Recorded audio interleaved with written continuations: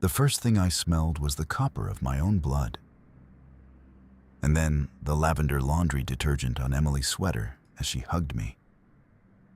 My shoulder was screaming where the security guard had slammed me against the stone, but Emily just whispered that I was finally safe from my husband.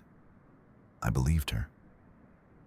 I had exactly 12 hours before I had to sign over my entire life, my bank accounts, my medical decisions, my freedom, to a person who didn't exist. You see, for 3 years, a therapist named Dr. Aris had been rewiring my brain through an app on my phone. He told me who to trust. He told me who to fear. But 10 minutes ago, I found a GPS tracker in my pocket and a smashed photo of my wedding in the trash. Now, I'm trapped in a cabin in the Cascades with a woman who is currently unscrewing the hinges off my door. Let me take you back to where this began. The ballpoint pen leaked a smudge of indigo ink onto the granite island, staining the margin of the settlement agreement. Sarah swiped at the blur with her thumb, only to leave a dark trail across the clause regarding primary custody. Outside, the rhythmic crunch of gravel under heavy tires echoed through the open window, followed by the metallic thud of a truck door. Her pulse thrummed against her collarbone. She snatched her phone from the marble surface, her thumbs hovering, trembling, over the glowing screen as she pulled up the encrypted chat with Dr. Aris. "Michael is here," she typed, the letters appearing in jagged bursts. He bypassed the gate. "Send help now." The scent of rain-drenched pavement and expensive cologne drifted through the screen door. A shadow stretched across the linoleum, long and distorted in the late afternoon sun. Sarah shoved the divorce papers under a stack of unopened mail, but the crinkle of the parchment sounded like a gunshot in the silent kitchen. Footsteps ascended the porch stairs. Heavy, deliberate, familiar. The brass knob turned with a slow, agonizing creak. Sarah gripped the edge of the island until her knuckles turned the color of bone. "Is that any way to greet your husband?" Michael stood in the doorway, his silhouette blocking the light. He tossed a ring of keys onto the counter. They skittered across the stone, coming to rest inches from her hand. "Dr. Aris said you were in Vermont," Sarah managed. Her voice came out thin, a dry rattle in her throat. Michael crossed the room, his leather jacket whistling against his sides. He leaned over her, smelling of cedarwood and cold air. "Plans change, Sarah. They always do." The air in the kitchen felt thick, like she was breathing through a wet wool blanket. Sarah's eyes darted to the phone, then back to Michael's face. He looked different, haggard, his eyes bloodshot and frantic. This wasn't the man she'd married. This was the narcissistic anchor Dr. Aris had warned her about. Her hand moved toward her pocket, searching for her notebook. She needed to log this. She needed proof of how he made her feel. But the ink smudge on her thumb reminded her she was already failing. "You shouldn't be here," she whispered, her heart hammering a frantic rhythm against her ribs. "The agreement says—" "The agreement is a lie, Sarah," Michael interrupted, his voice cracking. He reached out, his hand hovering near her shoulder, but she flinched away. The rejection seemed to hit him like a physical blow. He began to pace in the small space between the island and the refrigerator, his boots thudding rhythmically on the hardwood. "I've been trying to reach you for weeks, every call, every text. It's like I'm shouting into a void. I had to come.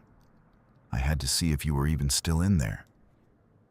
Before she could respond, the front door swung open again, and the heavy floral scent of lavender and expensive soap flooded the room.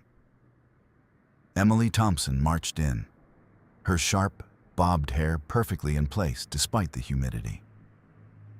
She didn't look at Michael. Her focus was entirely on Sarah. She moved with a predatory grace, crossing the kitchen to place a firm, anchoring hand on Sarah's forearm. "It's all right, honey. I'm here," Emily said, her voice a low, soothing hum that acted like a sedative. She turned her gaze to Michael, her eyes turning into chips of blue ice. "Michael, you're violating the temporary order.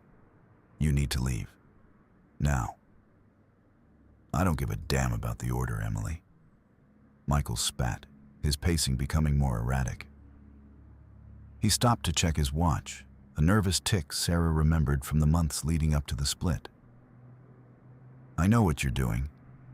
I know you're the one filtering her messages. Sarah, listen to me." "We aren't doing this today," Emily interrupted, her voice rising just enough to command the room. She leaned into Sarah, her thumb rubbing a small circle on Sarah's wrist. "Sarah, look at me. Focus on the bridge of my nose. Remember what the doctor said about his episodes. He's trying to destabilize the progress we've made. He wants you back in that cage of anxiety." Sarah felt the familiar pull of Emily's influence. It was a safety net made of barbed wire. She looked at Michael, seeing the desperation in his eyes. But through the lens Emily had provided, that desperation looked like madness. She reached into her pocket, her fingers finding the spiral-bound notebook. She needed to write. 4:22 p.m. Emily arrived. She says I'm making progress. "The guest house is ready," Emily whispered, ignoring Michael as if he were a piece of furniture. "We've already moved the essentials. You don't have to stay in this house with his ghosts anymore. Let's go, Sarah. Let's get you somewhere safe." Michael lunged forward, not at Emily, but toward Sarah. "Safe? You're taking her to a prison." The situation fractured in an instant. A shadow loomed in the doorway. James Miller, the security guard Emily had kept on retainer for the transition. He was a wall of a man, his presence announced by the smell of gun oil and starch. He didn't wait for an invitation. He stepped into the kitchen, his arms crossed over a chest that looked like it was carved from granite. "Sir, you need to step back," James said, his voice a gravelly rumble. He didn't look at Sarah. He looked at Michael like a target. "Get out of my house," Michael screamed. He tried to push past James to get to Sarah, his hands reaching out in a final, desperate plea. "Sarah, please, just look at your phone. Look at the sent folder." James didn't hesitate. He grabbed Michael's shoulder and spun him around. The sound of meat hitting meat, a dull, sickening thud, echoed in the kitchen. Sarah gasped, stepping forward to stop it. But Emily's grip on her arm tightened, her fingernails digging into Sarah's skin. "Don't," Emily hissed. "He's a danger to himself and to you. Let James handle it." The struggle spilled out onto the porch. Sarah watched through the screen door, her breath hitching in her throat. Michael was fighting like a cornered animal, but James was a machine. They rolled onto the gravel driveway, the stones crunching and flying under their weight. Michael managed to get a hand free and swung, his fist glancing off James's jaw. The guard didn't even flinch. Instead, he drove his knee into Michael's midsection, a move so efficient it made Sarah's own stomach ache. "Stop it! You're hurting him!" Sarah cried out, finally breaking Emily's hold. She ran onto the porch, the humid air hitting her like a wave. In the chaos, as James pinned Michael against a stone pillar near the driveway, Sarah saw something skitter across the gravel. Michael's phone. It had fallen from his pocket during the scuffle. She didn't think. She acted on a primal instinct she didn't know she possessed. She descended the stairs, her heart hammering against her teeth. James was busy zip-tying Michael's wrists, his face a mask of cold, professional detachment. "Sarah, Get back inside, Emily shouted from the porch, her voice losing its melodic quality, turning sharp and jagged. Sarah ignored her. She knelt in the dirt, her fingers brushing against the cold glass of the phone. She palmed it, sliding it into the deep pocket of her oversized sweater, just as James hauled Michael to his feet. "You're making a mistake, Sarah," Michael yelled, his face streaked with dirt and tears. "She's lying to you. Everything is a lie." James shoved him toward the black SUV idling at the gate. And Sarah stood there, the weight of the stolen phone pulling at her sweater, feeling like a lead weight. Her shoulder throbbed where she'd bumped against the porch railing in her rush. She looked down at her hand. The indigo ink from the pen was gone, replaced by the gray dust of the driveway. "Are you okay?" Emily was suddenly there, her hand back on Sarah's arm, her voice returning to that soft, rhythmic cooing. She looked at the bruised skin on Sarah's shoulder with a frown.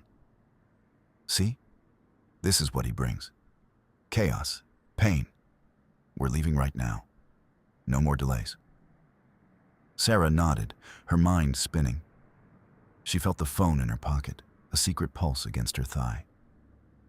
As Emily led her toward the guest house, Sarah's thumb traced the edge of her notebook. She needed to log this. 4:45 p.m. Michael was taken away. I have the evidence, I think.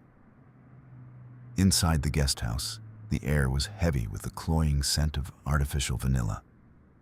Emily had decorated it herself, plush rugs, soft lighting, and rows of books Sarah had never read. It felt like a womb or a tomb. Emily hovered, helping Sarah unpack her final bag, her eyes tracking every movement Sarah made. "I need to use the bathroom," Sarah said, her voice trembling.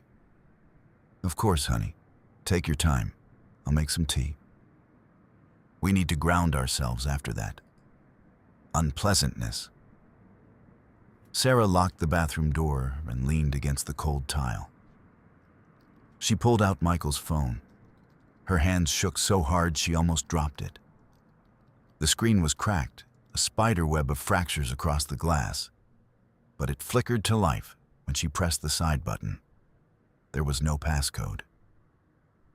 Michael always said he had nothing to hide from her. She opened the messaging app. Her breath caught. There were dozens of threads, hundreds of messages, all addressed to her. "Sarah, why aren't you answering? I'm at the park where we met. Please, just talk to me. Emily says you're in a facility. I know that's not true. Where are you? I love you. Don't let them do this to us." Sarah scrolled and scrolled. The dates went back months. On her own phone, her inbox was a desert, filled only with clinical check-ins from Dr. Aries and supportive notes from Emily. She had thought Michael had abandoned her, that he had moved on to a new life in Vermont. But here, in the palm of her hand, was the proof of his persistence.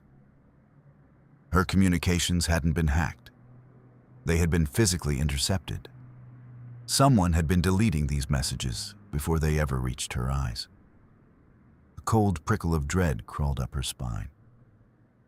If Michael wasn't the monster, then who was? A sharp knock on the door made her jump.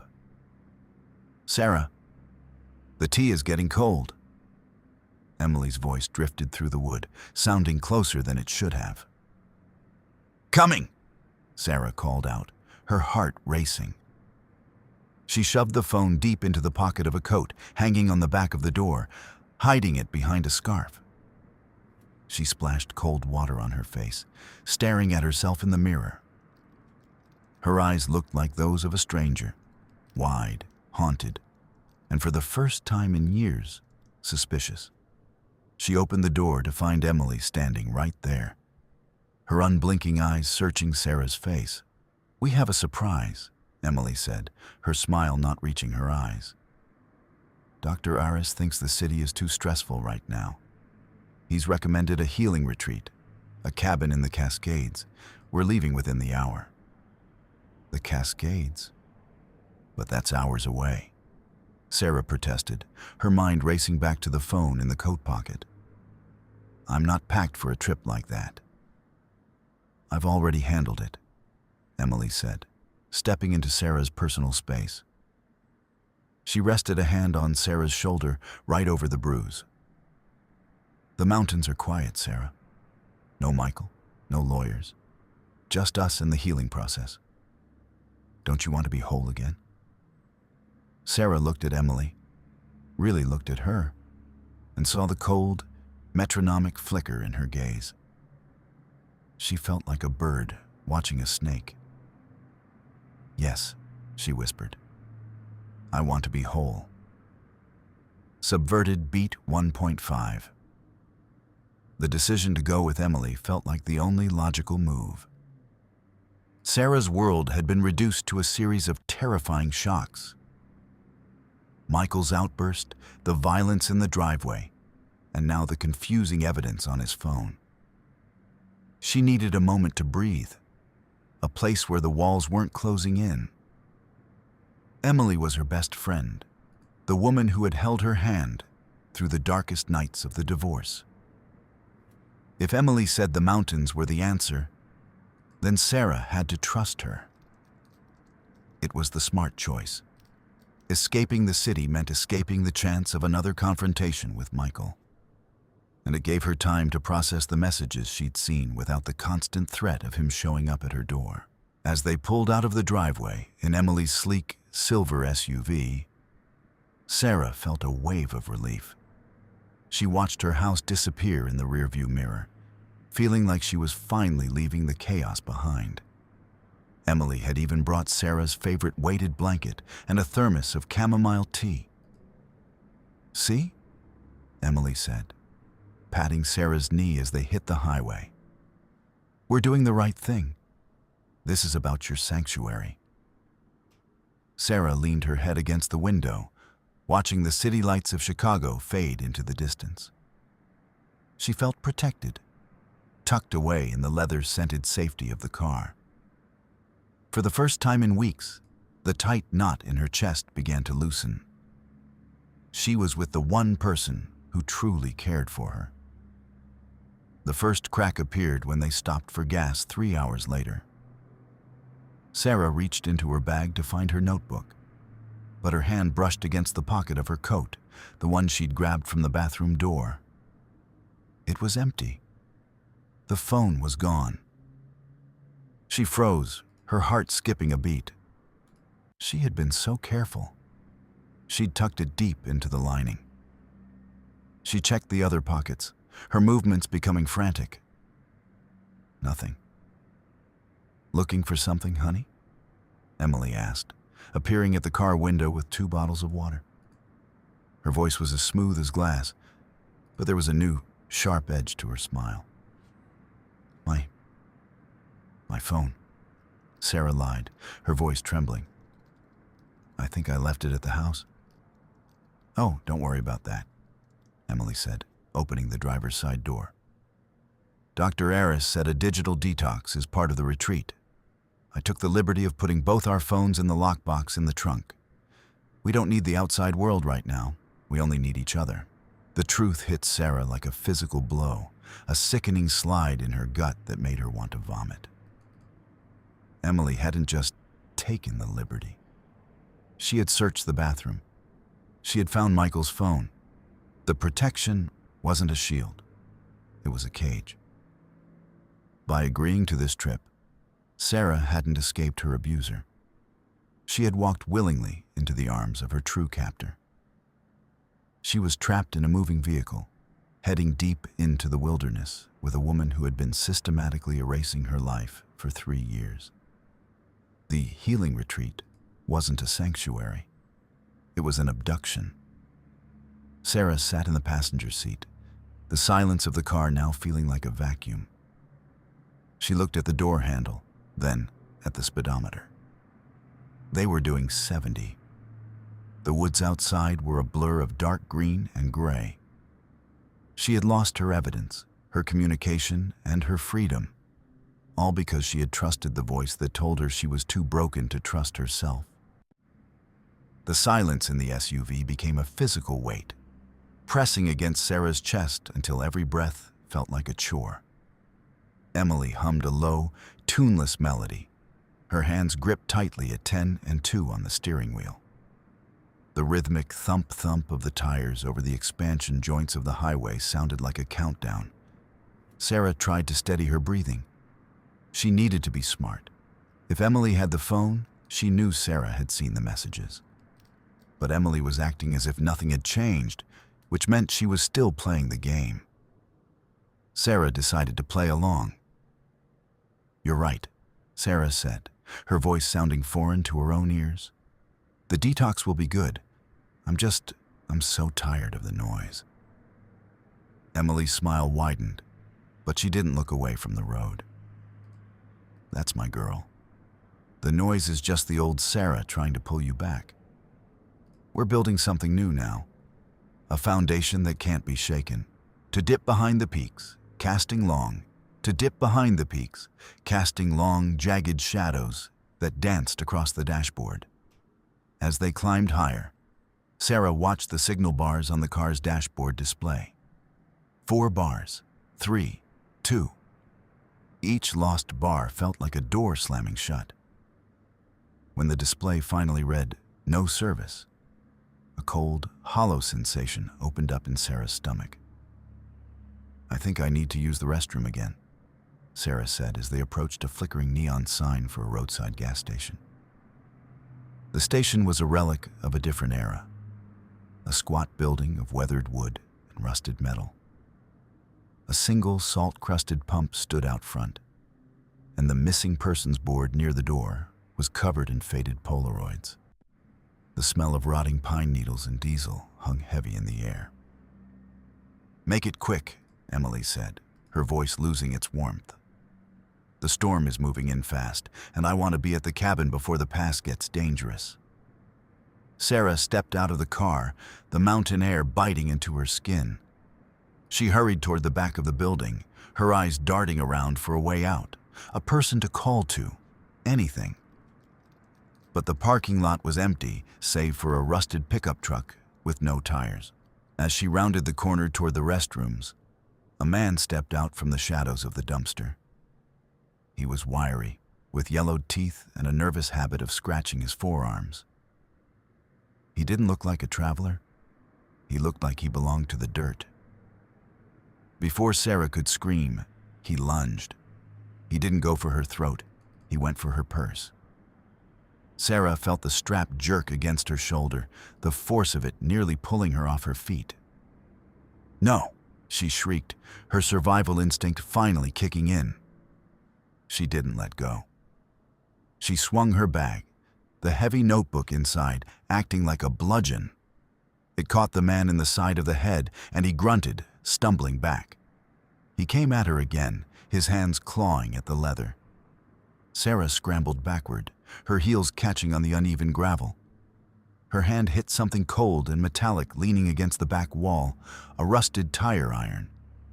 She grabbed it, her knuckles white, and swung with everything she had. The iron whistled through the air, clanging against the man's forearm. He let out a sharp yelp and backed away, his eyes wide with a mixture of surprise and something else. Something that looked like recognition. "Get away from me!" Sarah screamed, the tire iron trembling in her hand. The man didn't try again.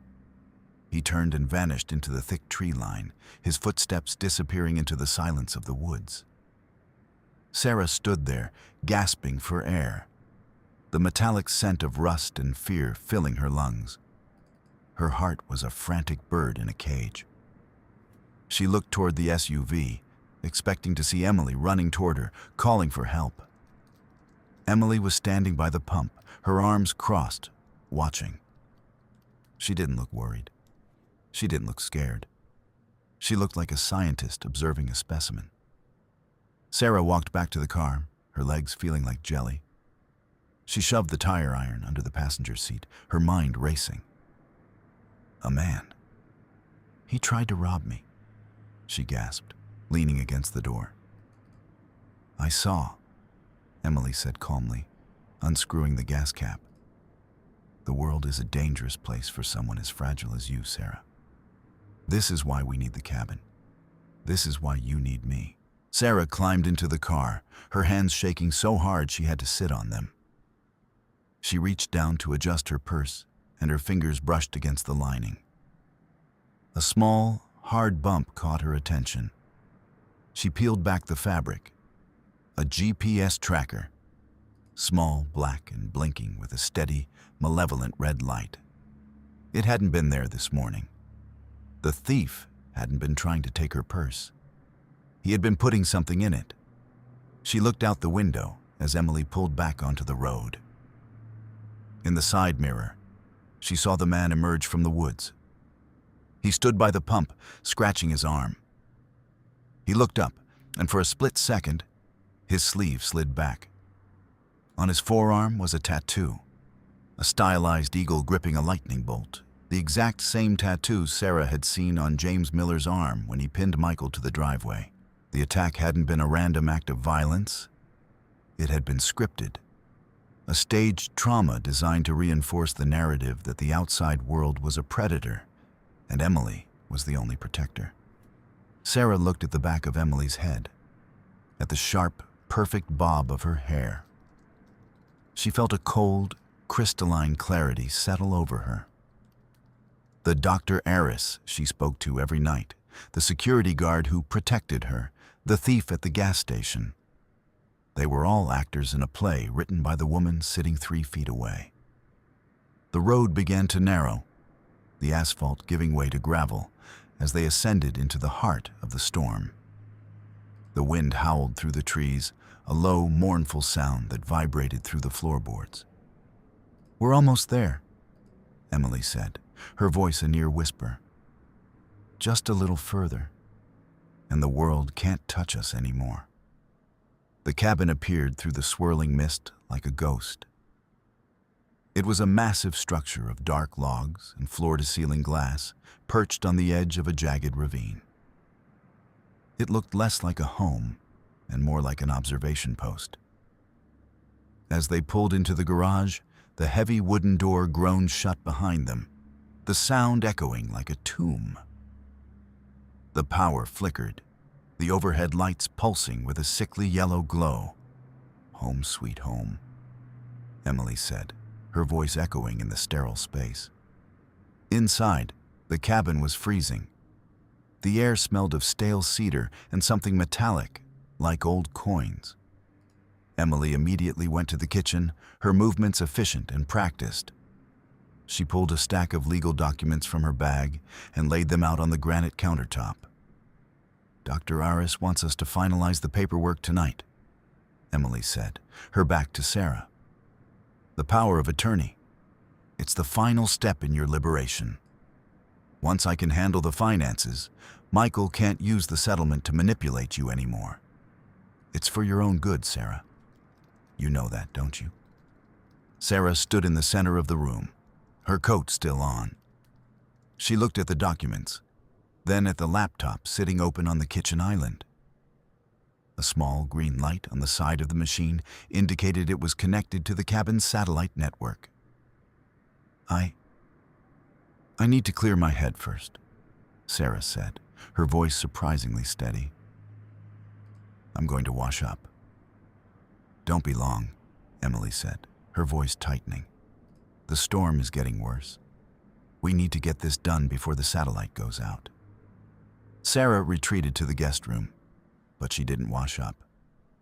She waited until she heard the rhythmic thud-thud of Emily moving upstairs, likely to check the bedrooms. She crept back into the kitchen, her feet silent on the plush rugs. The laptop was still there, the screen glowing in the dim light. Sarah's fingers flew across the trackpad. She didn't look for files, she went straight for the browser history. Her breath hitched. The history was a map of her own destruction. How to spoof a VoIP number, voice modulation software for therapeutic tones, physical effects of long-term gaslighting, Sarah Miller bank account login. And there, at the top of the list, was a login for the Dr. Aris portal. It wasn't a medical site. It was a blog hosting platform customized to look like a private practice. Emily hadn't just been talking to Sarah as Emily. She had been the doctor. She had been the one prescribing the isolation, the one telling Sarah her husband didn't love her, the one feeding her the very anxiety she claimed to be curing. Sarah pulled a USB drive from her pocket, the one she used for her architectural drafts, and began downloading the history. The progress bar crawled with agonizing slowness. 10%, 20%. "What are you doing, Sarah?" The voice was right behind her. Sarah spun around, her heart jumping into her throat. Emily was standing in the doorway, her face a mask of cold, terrifying stillness. In her hand, she held a heavy cast-iron skillet, her knuckles white around the handle. "I told you the noise would try to sabotage us," Emily said, her voice dropping to that terrifying whisper. "I told you that you weren't ready to see the truth." "You're not a doctor," Sarah spat, the fear finally turning into a hot, bright rage. "You're a monster. You stole my life. You stole Michael from me." "I saved you," Emily screamed, the mask finally shattering. She swung the skillet with a primal grunt. Sarah ducked, the heavy metal whistling inches above her head. It slammed into the granite countertop with a bone-jarring crack, sending shards of stone flying like shrapnel. Sarah didn't wait for a second swing. She lunged for the laptop, snatching it from the counter, and bolted toward the back of the cabin. "You can't leave, Sarah."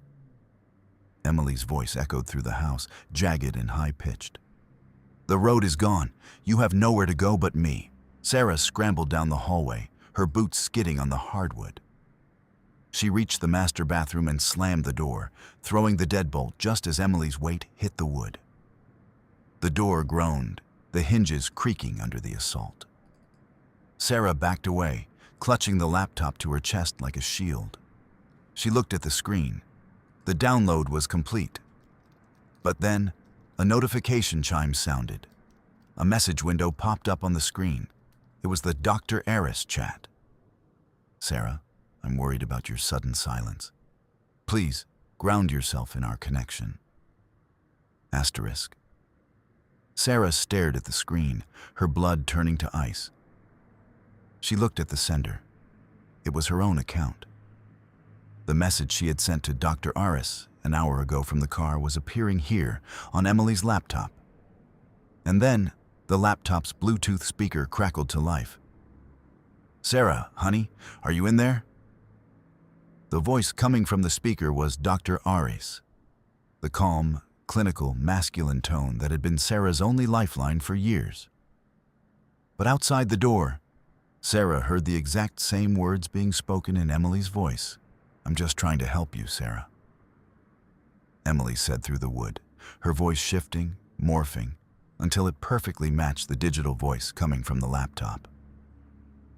"I'm the only one who sees the real you. Without me, you're just static." The realization hit Sarah like a physical blow. There was no doctor. There had never been a doctor. Emily had been the architect of her entire reality, playing both the supportive friend and the wise mentor, trapping Sarah in a psychological hall of mirrors. The sound of a screwdriver hitting the floor echoed in the silence. "The hinges are the weak point, Sarah," Emily said, her voice returning to its normal, chillingly calm tone. "You taught me that when we were looking at those blueprints last year, remember? You said a door is only as strong as its connection to the frame." Sarah looked around the bathroom, her mind racing. She was a drafter. She knew how buildings were put together. She looked at the wall behind the toilet. The plumbing chase. In cabins like this, the chase was often a hollow space that ran the height of the house. She grabbed a heavy marble soap dispenser and began pounding on the drywall. The plaster crumbled, revealing the wooden studs behind it. "I'm coming in now, Sarah," Emily said. The first hinge pin hit the floor with a metallic clink. Sarah kicked at the wall, her boot breaking through the thin lath. She shoved the laptop into her waistband and squeezed into the dark, narrow space of the plumbing chase. It was freezing, the air smelling of damp earth and insulation. But it was a way out. She scrambled down the crawl space, her fingers catching on splinters and cold copper pipes. She reached the ground floor and found the access panel that led to the garage. The garage was dark, the only light coming from the pulsing red light of the GPS tracker, still in her purse on the passenger seat. Sarah didn't go for her purse. She went for the generator in the corner. She knew how to kill the power. She pulled the main lever, and the cabin plunged into absolute suffocating darkness. In the silence, she heard Emily scream, a sound of pure, unadulterated rage. Sarah dived into the driver's seat of her car. She didn't have the keys, but she didn't need them. She had the tire iron. She jammed the iron into the ignition, twisting with every ounce of strength she had. The engine roared to life, a mechanical beast in the dark. She didn't look back. She slammed the car into reverse and floored it. The heavy wooden garage door exploded outward, the wood splintering like toothpicks as the SUV crashed through. Sarah hit the gravel driveway, the tires spinning and throwing stones as she raced toward the main road. The storm was a wall of white, the wind trying to push her off the cliff. But Sarah didn't slow down. She drove until the gas light flickered, until the mountains began to give way to the foothills. She reached the trailhead parking lot just as the sun began to peek over the horizon. A single police cruiser was parked near the map kiosk, its lights off. Sarah stumbled out of the car, the laptop clutched in her shaking hands. Officer David Wilson was sitting inside, a thermos of coffee in his lap. He looked up, his weathered face etched with surprise. "Help me," Sarah gasped, collapsing against the hood of the cruiser. "Please, I have the evidence." Wilson didn't dismiss her. He didn't call her crazy. He took the laptop, his eyes scanning the browser history and the voice modulation files. He listened to the recordings of Dr. Aris, and then looked at the bruises on Sarah's shoulder. "I've seen this before," Wilson said, his voice a low, somber hum. "The quiet ones. They're always the ones you have to watch." 2 hours later, Sarah sat in the back of an ambulance, a shock blanket wrapped around her shoulders. She watched as the police led Emily down the trail in handcuffs.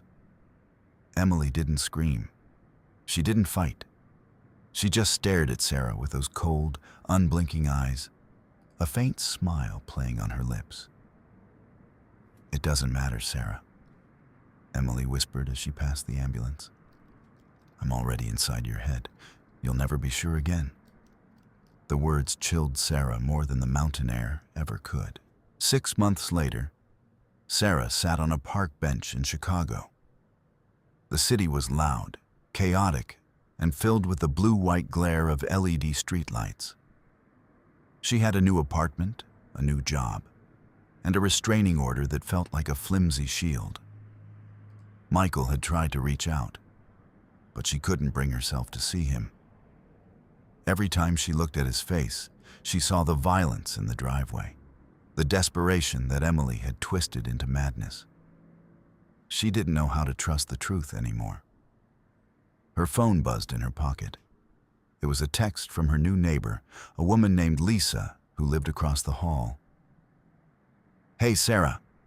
I'm heading to that new coffee shop on 5th. Want to join? My treat."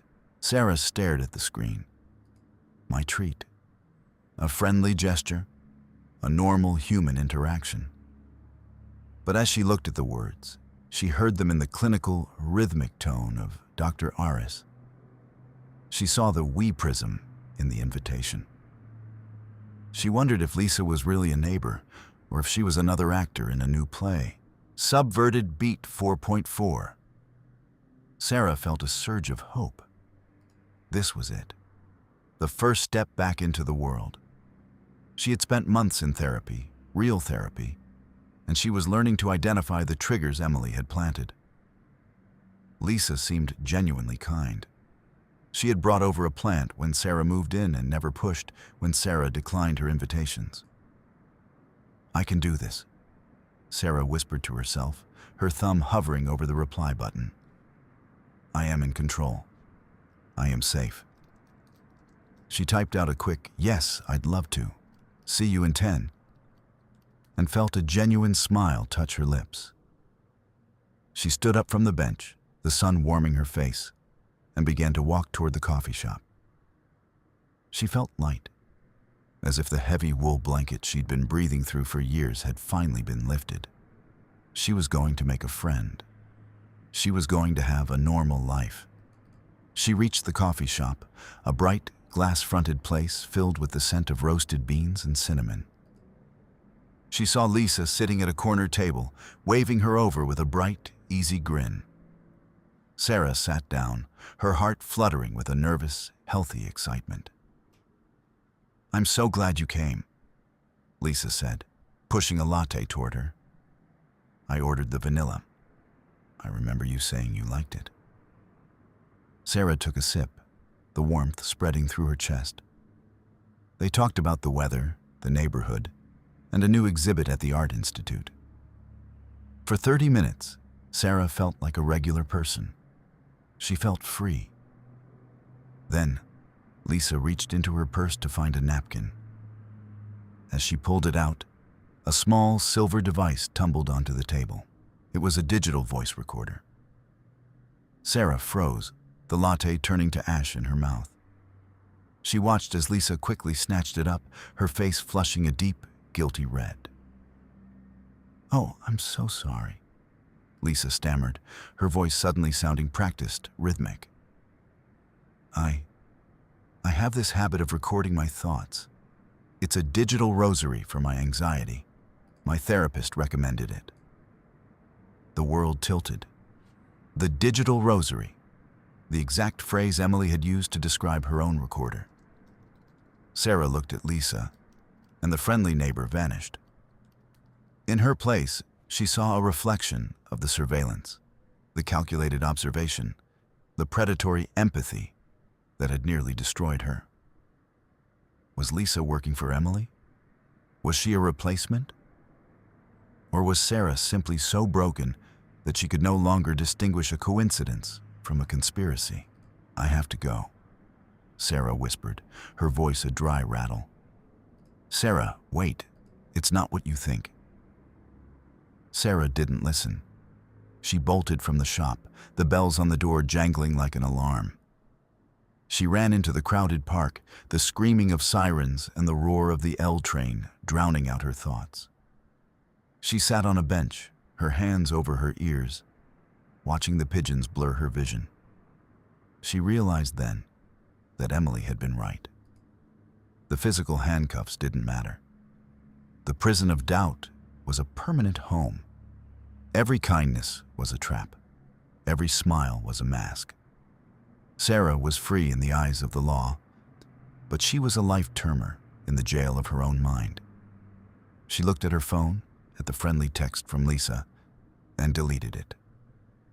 Then she deleted her contacts. Then she turned the phone off. She sat in the silence of the city, perfectly alone, and finally understood that the only way to stay safe was to never be found again.